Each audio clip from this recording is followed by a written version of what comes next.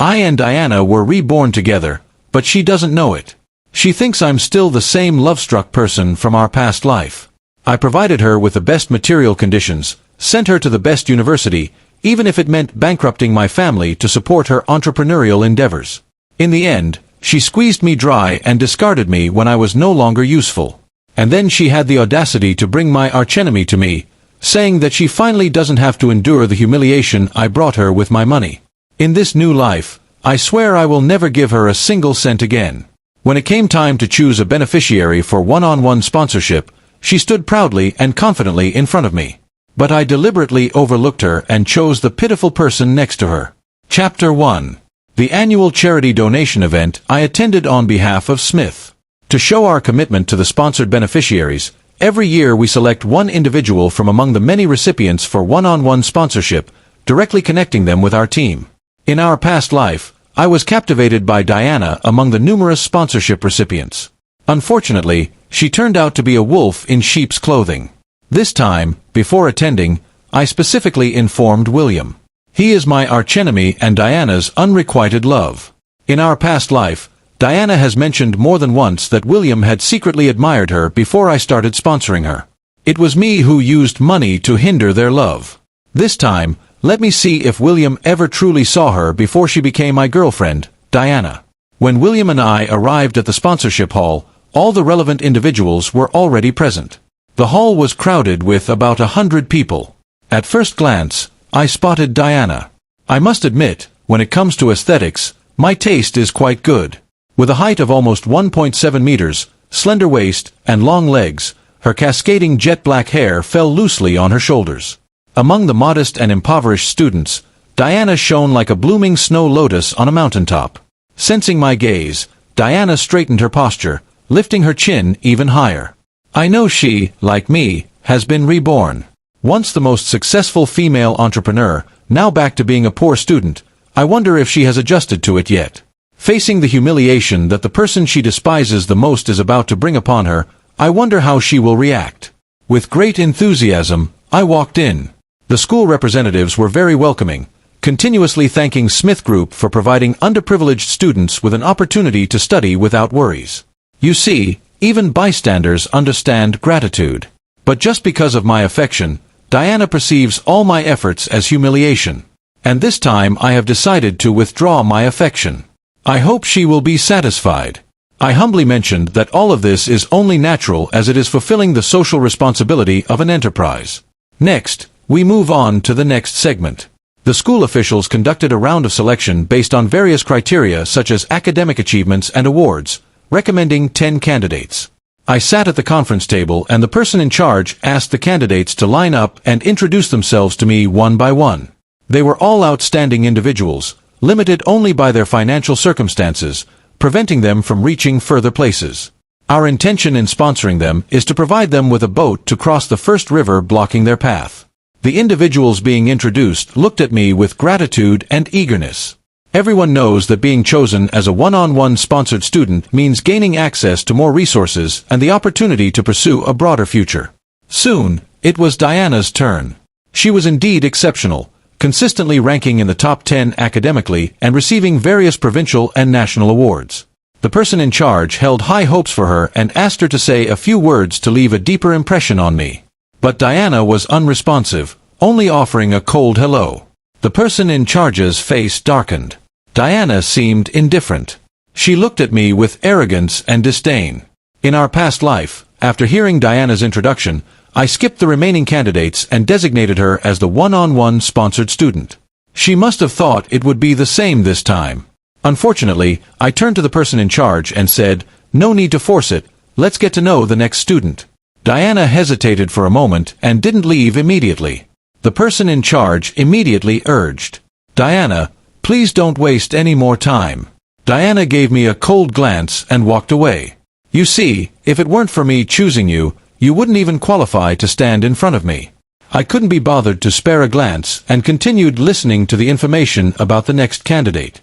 After hearing everyone's information, I chose Claire. She hadn't received any awards, but consistently ranked first academically. And she was the only one with scars on her face. It was said that her alcoholic father caused those injuries. She didn't seem to have any expectations until I announced that I had chosen her. She looked at me with timid eyes and said, "Thank you." Diana was dissatisfied and sarcastically remarked, "Just a bookworm buried in books."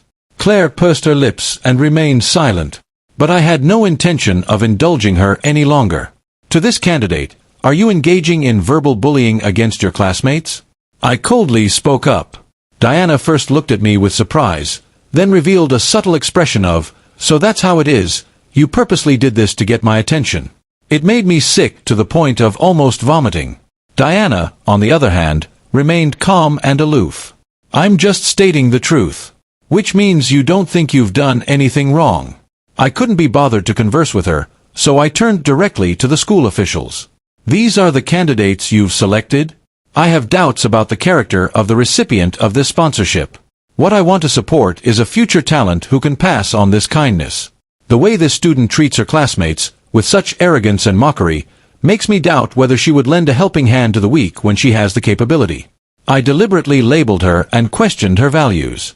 I didn't want to waste my goodwill on such a wolf in sheep's clothing. As expected, my words caught the attention of the school officials. The person in charge quickly stepped forward, demanding that Diana immediately apologize to Claire, or else her sponsorship would be revoked. Diana looked at me with anger. I didn't even spare her a glance. Didn't they say that the money I spent on her was an insult? I wanted to see if Diana, with her inflated ego, would humiliate herself just for that amount of sponsorship. "I won't apologize." Diana stood her ground. "Don't think that you can make me submit with money. One day, Diana, will show you all that women can achieve success on their own." Diana spoke with righteous indignation. Everyone was speechless. So, not sponsoring her is considered bullying? Truly self-centered. In the midst of silence, applause suddenly erupted. It was William. He clapped his hands while walking towards me, a student with such integrity. "Ronnie, you can't bully her." William shamelessly spoke up for Diana, trying to accuse me of bullying underprivileged students. Diana's eyes lit up when she saw him. Who knows what kind of romantic scenario was playing out in her mind, where a wealthy young man secretly admired her and bravely defended her under immense pressure. Unfortunately, I could see through the smug smile on William's lips. He just wanted to use Diana to antagonize me. I wasn't as foolish as before, allowing a few words to paint him as a good person, but she was the one who refused to apologize first. I deliberately gave Diana a disdainful look. She defiantly raised her chin and glared at me. "I'm not wrong." I pretended to sigh in resignation. Our Smith group would never sponsor someone who doesn't understand the importance of unity among classmates. However, I changed my tone. "Since William seems to have so much faith in this student, why don't you sponsor her?" As soon as the words left my mouth, Diana's eyes lit up, looking at William with anticipation. But William stammered and looked uncomfortable. In the end, he gave a half-hearted response. "I'll discuss it with my family." He was just an insignificant, illegitimate child in their family, and he thinks he can come up with a decision through discussions. But as I looked at Diana, who had a smug look on her face as if she still had William's sponsorship even without mine, I silently chose to watch the show. I was curious to see where Diana would end up this time without my family's support. Chapter 2. Claire and I entered the prestigious Kyoto University. Diana, on the other hand, went to the nearby Normal University. Her grades were good enough to qualify for Kyoto University, but Normal University offered subsidies, affordable accommodation, and a monthly allowance. As Claire and I were walking, we ran into Diana. She looked down on Claire with a disdainful gaze and mocked, "A sponsored plaything." This had happened in a past life as well. Back then, I liked her and always found reasons to be around her. Rumors started spreading, saying that she had climbed up the ladder and secured the wealthy young master of the Smith family, ensuring a worry-free life. Once, while I accompanied her to the cafeteria, someone said to her face, "A sponsored plaything." Diana's face turned black on the spot. The person who spoke walked away with a smug expression, and Diana turned around, knocking over my tray and shouting for me to stay away from her. The greasy food spilled all over me, and all the surrounding students were watching. I still remember that feeling of embarrassment, wanting to disappear into the ground. I regret not slapping her right across the face in that moment. Who does she think she is? When others talk about her, she gets angry and defensive. But when she becomes the other person, she mercilessly ridicules those who were once in her position. I was about to retort at her, but Claire stepped forward, staring directly into Diana's eyes. "You're jealous of me." Her tone was calm and straightforward, her usually gentle face filled with unwavering determination. Diana took a step back, trying to maintain her composure. "What do I have to be jealous of you for?" Claire took another step forward. "You're jealous that I got into Kyoto University and you didn't. You're jealous that Ronnie chose me, not you. You're jealous that it's me standing by Ronnie's side, not you." Claire delivered a powerful three-part attack, and I couldn't help but applaud her. Diana was clearly overwhelmed. After all, she couldn't possibly deny that she chose normal university because she couldn't get into Kyoto University. In the end, she could only mutter, "I can't be bothered to argue with you," and flee. Claire then retreated, putting away her fierce demeanor and obediently returning to my side. "Aren't you angry?" I asked. "I know it's not worth it," Claire replied. "Good. At least this time, we ended up with someone who has a clear mind, unlike the previous one who turned into a wolf with just a few idle words from others." Chapter 3. I thought that after that incident, with Diana's proud self-esteem, she wouldn't bother me for a long time. But I underestimated her ability to adapt and manipulate. I was in the library, reading a book, when she approached me. "Ronnie, I'm giving you an opportunity to invest in my new energy company. Just give me 50 million, and I'll give you 0.1% of the original shares in the company." Diana stood in front of my desk, leaning on it with one hand, looking down at me with a gaze that held 3 parts mockery, 3 parts indifference, and 1 part charity. She was like a modern-day domineering female CEO. But who asks for investments in such an arrogant manner? I kicked the leg of the table, pushing the chair away as I stood up. "You're too close to me." Diana's hand trembled for a moment, but she managed to regain her balance. Good. Although she still made me nauseous to look at least it wasn't as suffocating as before. The students around us, who were studying, were interrupted and looked at us with disapproving eyes. I sincerely apologized. "I'm sorry, this person from another school was harassing me, and I couldn't hold back." "Who do you think you're calling a harasser?" Diana raised her voice. The studying students immediately became intrigued and turned their attention towards us. Diana instantly deflated. "Ronnie, you're going too far." Diana lowered her voice and threatened me through gritted teeth. I shrugged, indicating that her threats were useless. Diana was furious but had no choice but to negotiate with me. "Ronnie, think it through. If you don't invest in my company, don't blame me when your family goes bankrupt." Diana looked down on me as if I were her puppet. I suddenly understood what she meant. Yes, in a past life, I had secretly diverted all the funds from our cash flow to support her entrepreneurial endeavors.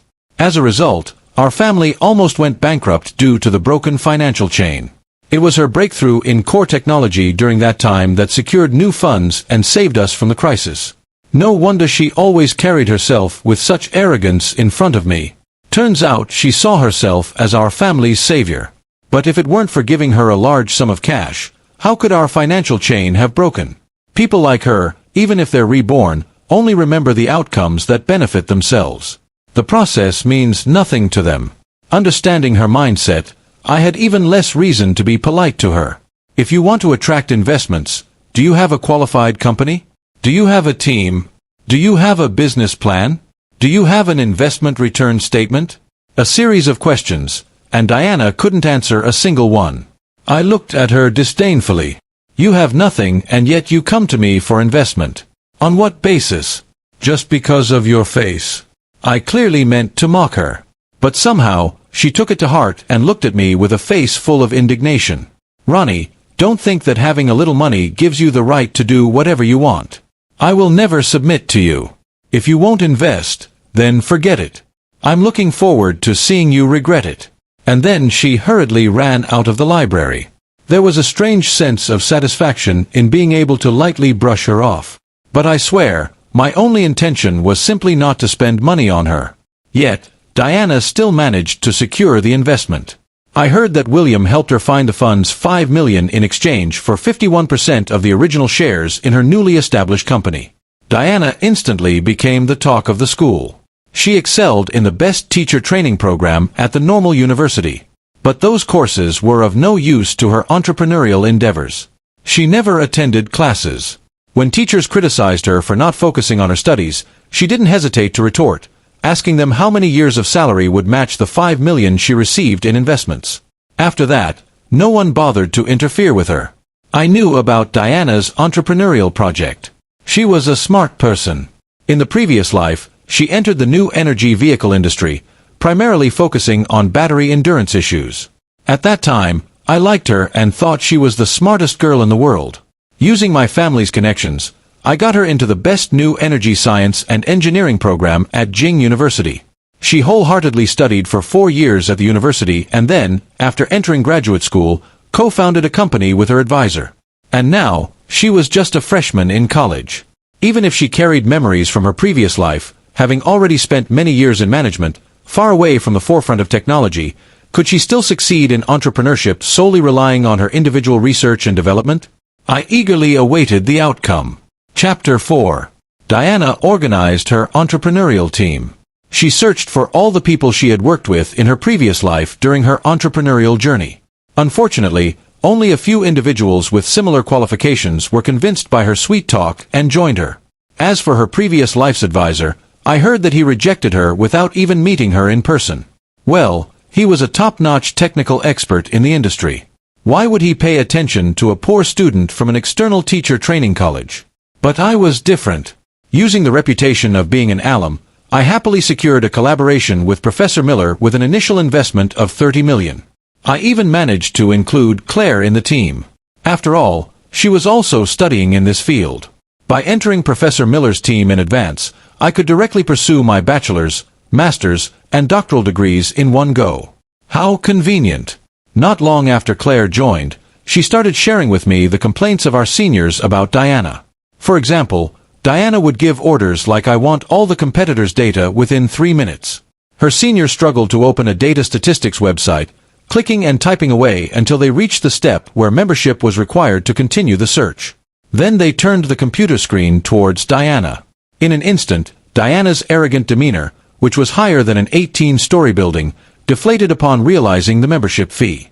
It amounted to a whopping $300,000. For Diana, who had Smith as a safety net in her previous life, this was merely a few lines of free background information. But this time she had to personally experience how expensive fresh data could be. Naturally, the membership wasn't activated. An hour later, Diana provided a few company names for them to check on the status of their new products.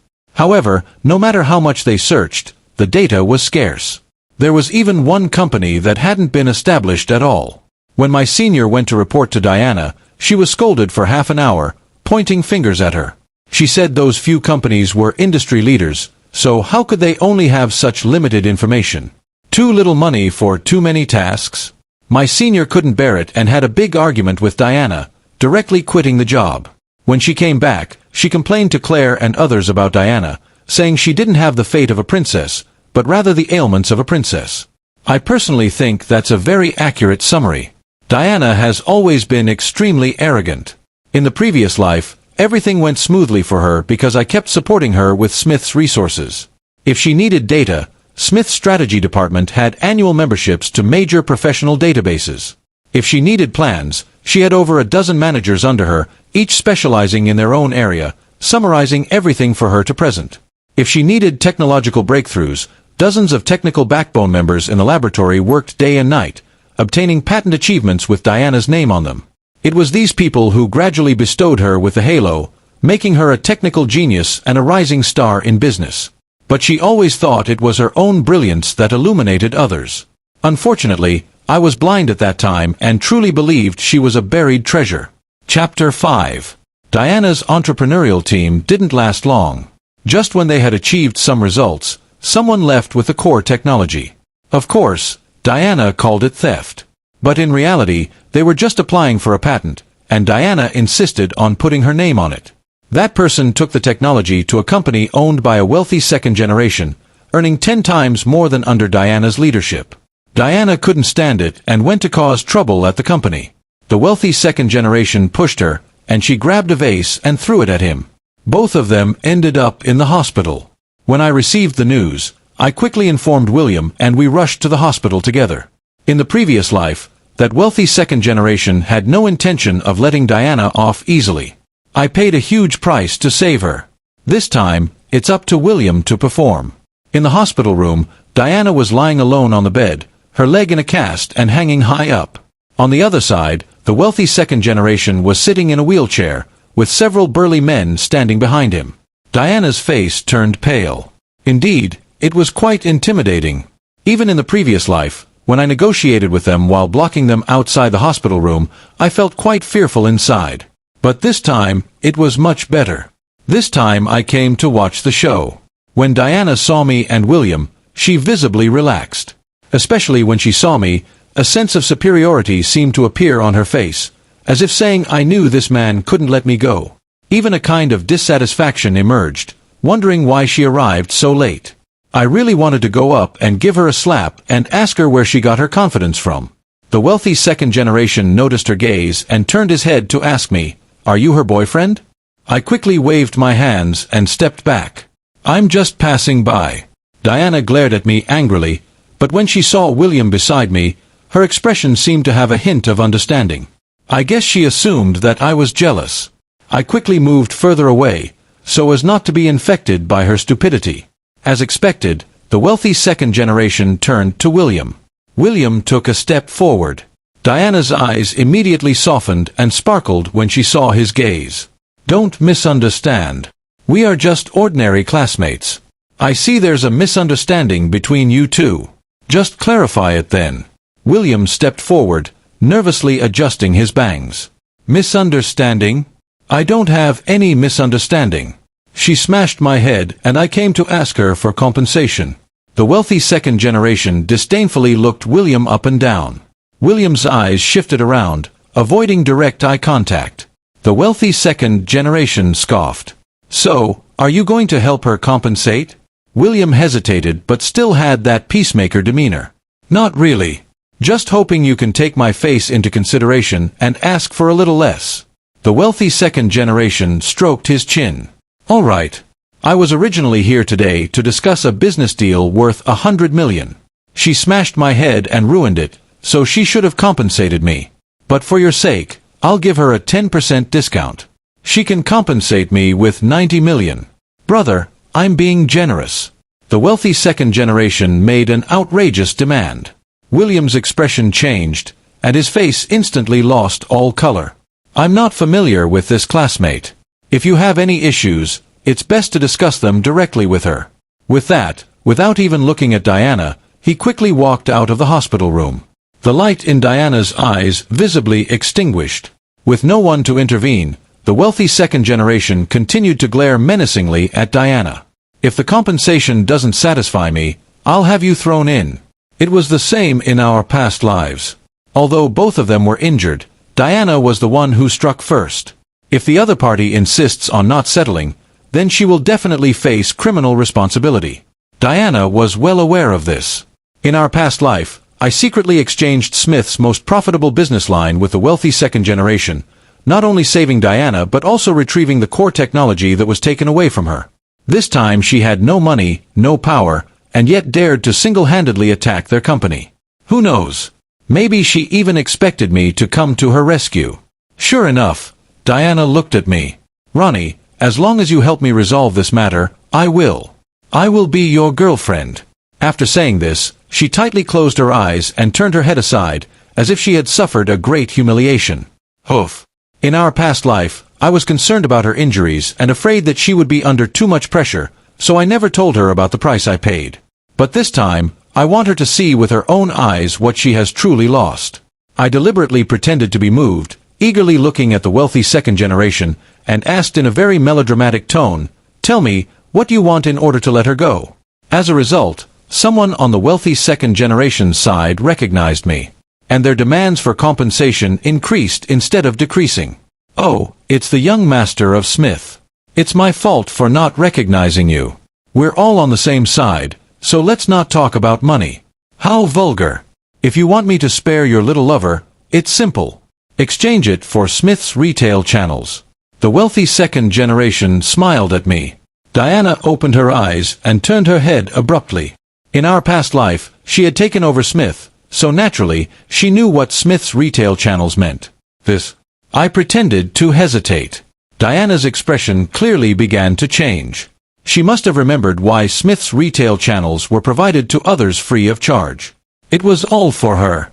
In Diana's incredibly moved gaze, I smiled wickedly. If she really is my little lover, this money, once I spend it, it's spent. But some people can't figure out their own position and end up being tainted by others. I don't have a hobby for garbage collection.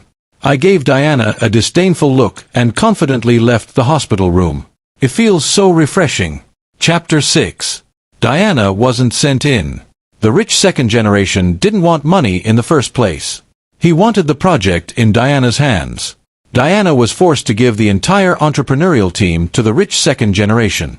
Even she herself signed a contract, becoming an employee under the rich second generation. It is said that before graduation, she can only be considered an intern, receiving a monthly subsidy of 1,000 yuan. When William found out, he immediately confronted Diana. The 5 million investment William gave her was obtained from his wealthy sister. Now, not only did he not see any returns, but he also lost all of his principal. That wealthy sister suspected that Diana and the little fox spirit colluded to cheat money, so she broke up with him in anger.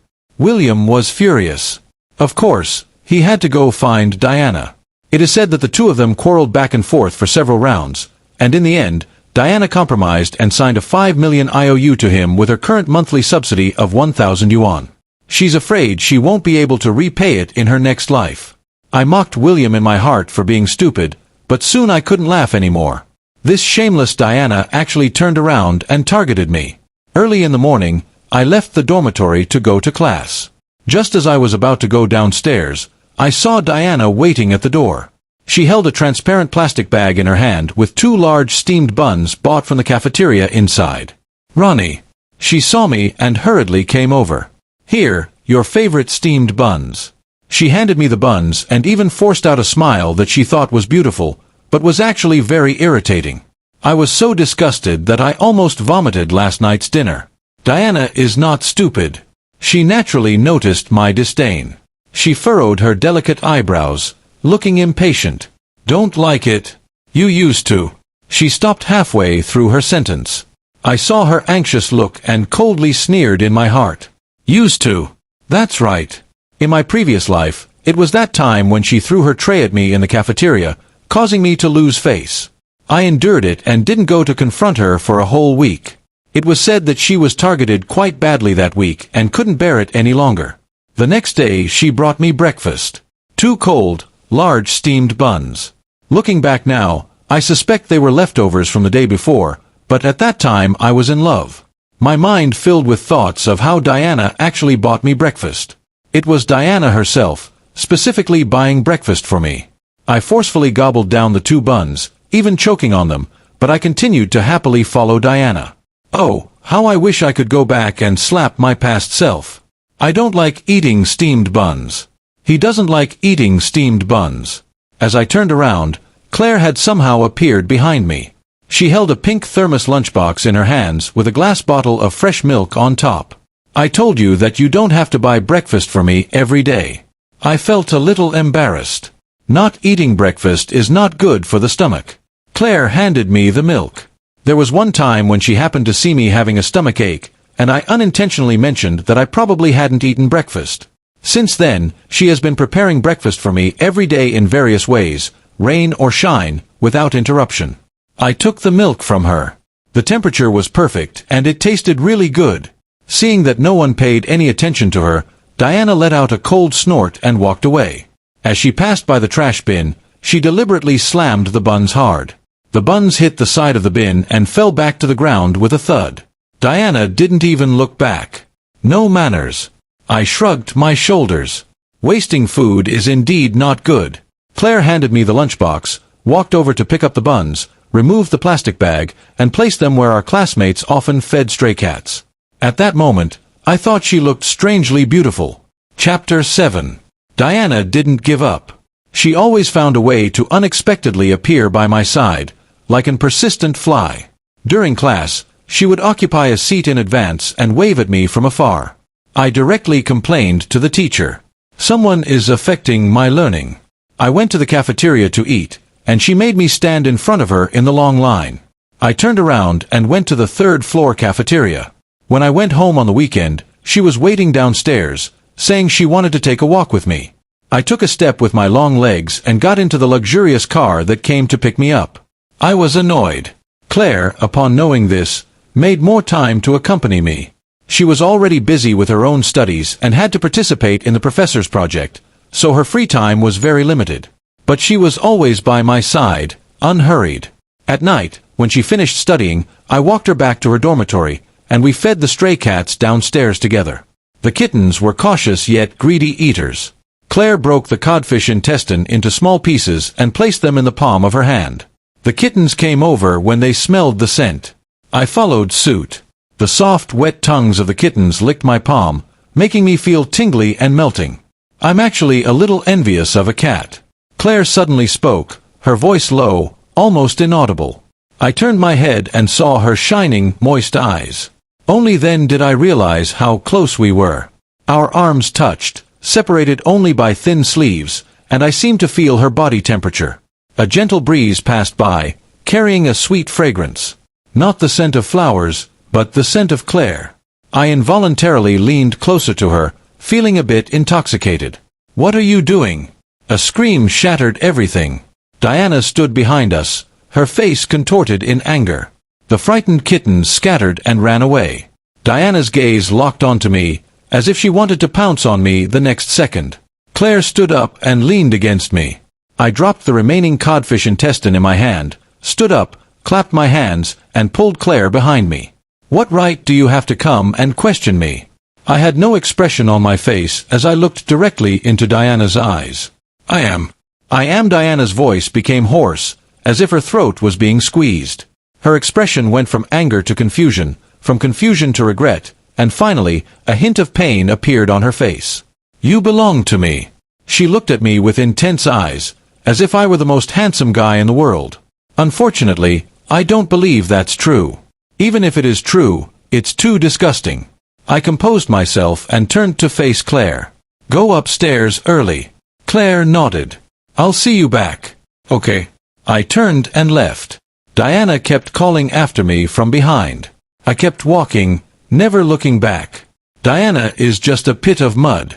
In my previous life, I stepped into it and not only got myself covered in mud but also ruined myself and my family. This time, all I need to do is bypass her. Chapter 8. Diana no longer bothered me. However, Claire continued to seek me out as often as before. Having meals together in the morning and taking walks to feed the cats in the evening became almost routine.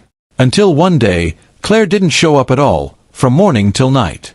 I felt uneasy and asked her senior. Her senior also said they hadn't seen her in the lab and couldn't reach her for the data. I used my family connections to investigate and found out that she left the school late last night and then went missing. Further investigation revealed that the last place she was seen was a dirty and chaotic alley. That place was Claire's home. I remembered her alcoholic father and the scars on her face when I first met her. I quickly gathered people and rushed over. The house was small and dilapidated, with even the walls covered in black. A heavily intoxicated man stood against the wall, holding a bottle of alcohol in his hand. Upon seeing us, he only raised his hand to shield his eyes from the sunlight and continued drinking. "Where's Claire?" I asked. The man ignored me. The people I brought with me shook him a few times, and only then did he hiccup and drunkenly say she's been taken away. That little bitch thought she could get away from me if it wasn't for someone desperately looking for her to repay the debt. The drunkard swayed with the bottle in his hand. Thoughts flashed through my mind, but I couldn't grasp them in time. Finally, someone went up and slapped him twice, and he begged for mercy, revealing the name of the creditor, Jack. I hurriedly led the group to rush over. Jack saw that there were many people with me and only agreed to let me bring one person in to talk with him. Without hesitation, I agreed. Claire was locked in an empty room with a table and a chair in the middle. She sat on the chair while a big man stood next to her, holding a promissory note. There were visible red marks on her face, and she clenched her teeth, holding back tears, not making a sound. "The little girl has some spirit," Jack said, waving his hand, and the big man walked away. Only then did Claire notice me, and tears poured down instantly. "How did you end up here?" Claire tried to get up but was firmly held down by someone. "Don't worry, young lady. I see that your boyfriend here has good conditions. Maybe he can help you repay your father's gambling debt, and you two can leave peacefully." "Isn't that nice?" Jack said. Jack walked over and picked up the promissory note, unfolding it in front of me. "Good-looking guy, I can see that you're not bothered by a few million. If you help the young lady repay the money, I'll respectfully send you both away. How about it?" I glanced at the amount on the promissory note, over 1.2 million. "I'll do it." Without hesitation, I agreed. Claire's gaze dimmed for a moment, and then she suddenly struggled fiercely. "Bring me the promissory note. I'll sign it. I'll sign it." "Don't go to him." Claire's voice trembled with a hint of crying. I felt sorry for her and just wanted to pay the money and leave with her quickly. But then one of Jack's henchmen whispered something to him, and Jack's expression immediately changed. "Oh, it's the young master from the Smith family. My apologies, my apologies. Those few million, let's say it was me, Jack, who looked down on you." Jack beckoned, and someone handed him a new promissory note. The amount was 1 billion, with a daily interest rate of 1%. Jack pointed to the signature line. "The young Master Smith can sign here, and we'll be all good." This was getting a bit too greedy. I pressed my lips together and didn't say anything. Jack's henchmen slowly closed in on us. The bodyguards I brought with me were on high alert. Both sides were in a stalemate when someone broke through the door. It was the police. I had already instructed them to come before entering. The police officers arrived with impressive speed. Jack and his men clearly panicked. In their nervousness, someone grabbed a chair and tried to smash it at me. I didn't have time to dodge. But the expected pain didn't come. It was Claire. She threw herself in front of me, risking her life. Chapter 9. Jack was arrested. Claire was taken to the hospital. During the investigation, it was discovered that Diana had called Claire out in the middle of the night. Unfortunately, she insisted that she was only delivering a message for Claire's father. Unable to convict her, Diana gave her statement and left the police station. But both Claire and I knew that she was involved in this matter. While Claire was in the hospital, Diana shamelessly came to visit. Claire had a shoulder injury and was lying half-reclined on the bed. I was by her side, feeding her bird's nest soup. She was a bit embarrassed at first. As soon as Diana entered the room, Claire immediately took the spoon I handed her and drank it slowly, gesturing for more. It amused me. Diana looked at us with a gloomy expression and twisted face. "Ronnie, what's so special about her? A gambler's daughter, is she worth it? Or is it that you enjoy playing with the children of poor families like this?" Diana seemed to have gone a bit crazy. Her words no longer concealed her rebirth. But her accusations only made me laugh. "Playing? In my past life, I risked everything, including the entire Smith family, for her. And she called that playing?" But I no longer cared to argue with her. "Diana, you're not welcome here. Please leave." I gave her a direct order to leave. However, Diana didn't leave like she used to. She walked up to me, crouched down, and tried to hold my hand. I avoided her. She seemed a bit angry, but she still made an effort to control her temper. "Ronnie, don't be mad at me. Let's go back to how we were. If you stay by my side, I won't treat you badly again. Is it okay?" There was a hint of pleading in her expression. I purposely smiled at her, and when a glimmer of hope appeared in her eyes, I gently said to her, "I don't want to." Just like in my past life, when I begged her relentlessly to spare the Smiths, to spare my parents, she held William's hand and stepped on mine, saying, "I don't want to." Chapter 10. Claire recovered quickly. On the first day she was allowed to leave the hospital, she returned to the laboratory. My parents were frightened by Jack's incident, and knowing that Claire saved me, they often asked me to bring her home. I could only run between school and home. Life was peaceful. Until one day, I noticed that my father had a troubled expression. When I asked, I found out that our family's company was facing trouble. A long-term client suddenly got snatched away by someone else. Whenever we went for bidding, our lowest price was always known by our competitors. Even our once proud retail channels were constantly interfered with, and the ones meddling were none other than the rich second-generation individuals I fought with Diana. They would tamper here and there, causing annoyance, although they didn't cause serious harm to the Smiths. My father grew impatient with handling these trivial matters and left them to me. I knew deep down that Diana was behind all this, using her memories from our past life to play tricks, but it was difficult to find evidence for such matters. So, I had to start with the new energy project. After Diana's team was taken over by the rich second-generation team, things didn't go smoothly for them. After facing numerous setbacks, she remembered Professor Miller, whom I had collaborated with. She had been secretly contacting Professor Miller. Little did she know, Professor Miller often shared her stories as a joke with me. Since it didn't work out with Professor Miller, she turned her attention to Claire's senior colleagues. Claire told me that someone seemed interested, but there hadn't been any concrete action yet. Originally, I wanted Professor Miller to remove that senior colleague from the project. But now, I had Claire keep an eye on that senior colleague, not to startle the snake in the grass. The new energy project quickly made progress. Professor Miller applied for a patent under the pretext of collaborative research with his students. Just as the patent was granted, Diana filed a lawsuit against Professor Miller, along with our Smith family. The accusation was that we stole their technology. The witness was that senior colleague who had been bribed by her. Not only that, she even spread this matter online, attempting to tarnish the reputation of the Smith family using the power of public opinion. Ronnie, as long as you obediently come back to me, I will drop the lawsuit. Before the court hearing, Diana looked at me with a determined gaze. It's truly laughable. In my past life, I treated her with all my heart, but she discarded me like old shoes. In this life, I suppressed her at every turn, yet she stubbornly pursued me. You're dreaming. I coldly smiled and walked past her. During the court hearing, Diana was arrogant. Presenting various data for comparison, she forcefully claimed that they had developed it first. And we only presented 2 pieces of evidence. One was video footage. The senior colleague who was bribed secretly copied the laboratory data and handed it over to Diana, which was captured in the surveillance video. The other piece of evidence was the actual core data comparison. The data that the senior colleague copied was not genuine at all. Yet Diana, holding 2 completely different sets of data, accused us of plagiarism. The judgment result was without a doubt. Furthermore, our lawyer filed a counterclaim on the spot. Diana instigated others to steal the data, which constituted unfair competition. Baselessly accusing us of plagiarism amounted to false accusation. Spreading false information on the internet damaged our reputation. Multiple charges were established, and the case was filed on the spot. Although a verdict couldn't be delivered immediately, Diana, she couldn't escape.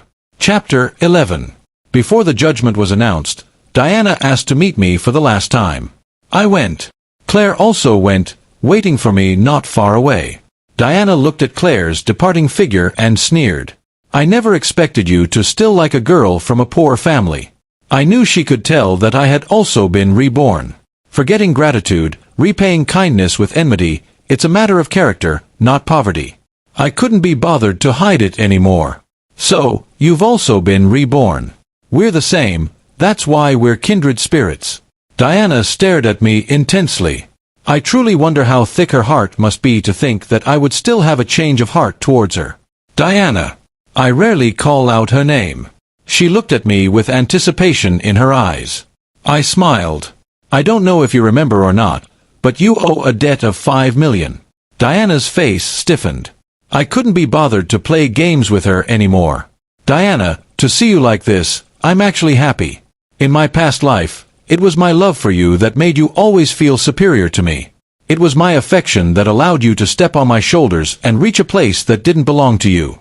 But not only did you not show gratitude, you even found fault with the ladder I provided. If you disliked it so much, you could have just told me, enjoying all of my efforts while secretly wishing to drag me into the mud.